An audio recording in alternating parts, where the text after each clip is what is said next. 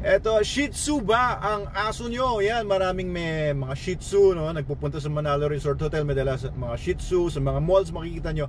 It's one of the most popular breeds of dogs sa buong mundo, and dito sa Pilipinas definitely, I think it's in the top 3, no? Yung mga Shih Tzu kasi sobrang cute nila, ang babait nila, madali ring alagaan, pero kailangan lang suklay-suklayin. Kasi yung misis ko dati nagkaroon ng Shih Tzu, riniguluhan ko ng Shih Tzu, no? Ang ganda ng Shih Tzu na yon, and nawala yung Tzu, naging ano lang siya kasi hindi nasusuklayan. Pero ayan, basta bigyan mo lang siya ng magandang pag-aalaga, pagsusuklay.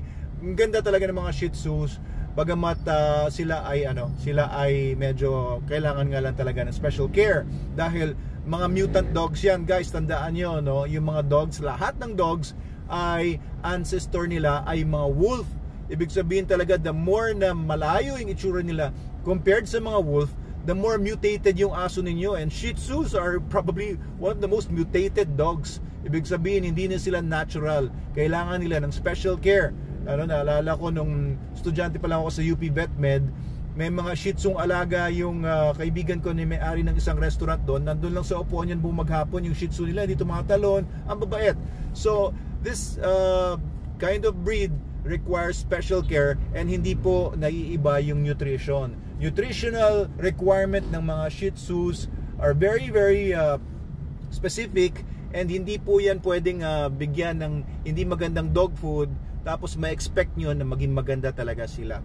Okay, so if you want your dog to be healthy, overall, hindi lang itsura, dapat healthy yung buong pangatawan niya, malayo sa sakit, lalo na yung mga malulubang sakit like cancers, diabetes. Prone kasi mga Shih Tzu sa maraming mga sakit, mga problema sa ngipin, sa respiratory system, kasi maikli yung mga nguso nila, yung bibig nila ay minsan ang dami-daming ngipin kasi nga na umikli masyado yung ilong, pinaikli nila, and then yung nguso tuloy hindi na ma-accommodate yung mga ngipin, kaya nagkakaproblema po yung mga Shih Tzu, kawawa naman.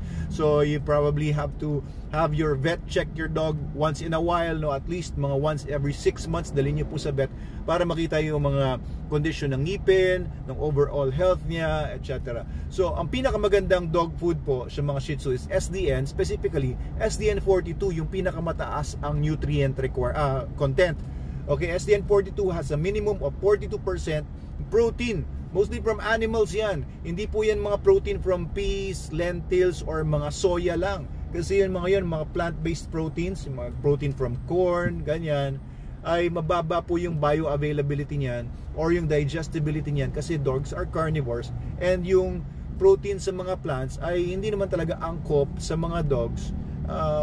Nakakuha rin sila ng proteins and amino acids from those sources, pero hindi kasing ganda ng mga animal source proteins like makikita nyo sa SDN42. Galing sa beef, galing sa poultry, galing sa iba-ibang mga sources from our meals.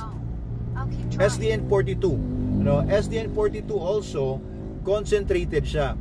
Kasi po, may mga nagsasabi kasi, naririnig ko lang, may nagsasabi na yung SDN42 daw masyado daw concentrated for toy dogs, and Shih Tzus in particular, masyado daw concentrated to. No, in the contrary, ang mga Shih Tzus kailangan nila ng mas concentrated na dog food. Kasi po, maliliit yung katawan nila. They are not normal. Kasi mga wolves malalaki, pero pinaliit yung breed na Shih Tzu, and of course other breeds din like mga Chihuahua, mga Pomeranians. So, yung nutrients na kinakain nila, maliit lang yung capacity ng stomach nila, maliit lang yung capacity ng digestive system nila. So they really need a kind of dog food na kahit konti lang ang makain nila, ay makukuha nila lahat ng nutrition na kailangan nila for the whole day. Okay, sa sa mga adult dogs, you only have to feed adult dogs. Ibig sabihin, mga 1-year-old pataas, 1 time a day lang. You should only feed them 1 time a day. Well, bahala kayo kung anong decision nyo. Gusto magpakain 2 times a day, 3 times a day, kasi may mga magko-comment na naman na basta ako, papakainin ko yung aso ko multiple times a day.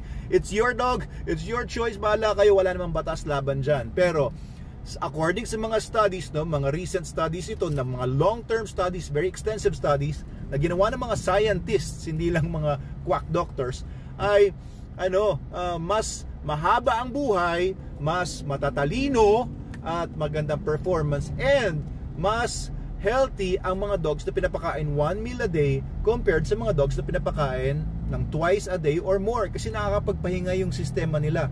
And kapag nakapagpahinga yung immune system, nakakapagpahinga po yung digestive system, ay ano po, hindi po yan basta-basta nagkakasakit. Kaya SDN is the best dog food for Shih Tzus, especially SDN 42. Pwede rin naman yung SDN 28 or SDN 21, pero if I had a Shih Tzu, actually meron ako sa mga small dogs, meron kaming toy poodle sa bahay, meron kaming Pomskis, meron kaming mga Jack Russell Terriers, these are small dogs. SDN 42 works the best for them, no? Pero ang dami ngayon gumagamit ng mga Shih Tzus ng SDN 28. It's good, no? Kagaya ng the My Shih Tzu page, ang dami na talagang gumagamit ng mga Shih Tzu owners ng SDN, and sobrang natutuwa sila dahil ang ganda ng results nila sa performance and overall health ng aso nila. Kaya kung hindi pa kayo naka-SDN, i-try nyo po, no? SDN is the best dog food in the multiverse, and it's been in production since 2015. Proven na po namin yan. 9 years na po ang SDN, and wala akong makitang pwedeng i-improve dito. Meron din tayong SDN beef para doon sa mga may dogs na allergic sa chicken. Try nyo po yung SDN 42 beef, and available po ito sa TikTok shop natin. Available nito sa Shopee, Lazada, Lazmall, Shopee Mall, and of course dealers nationwide sa mga vet clinics and pet shops na mga maayos.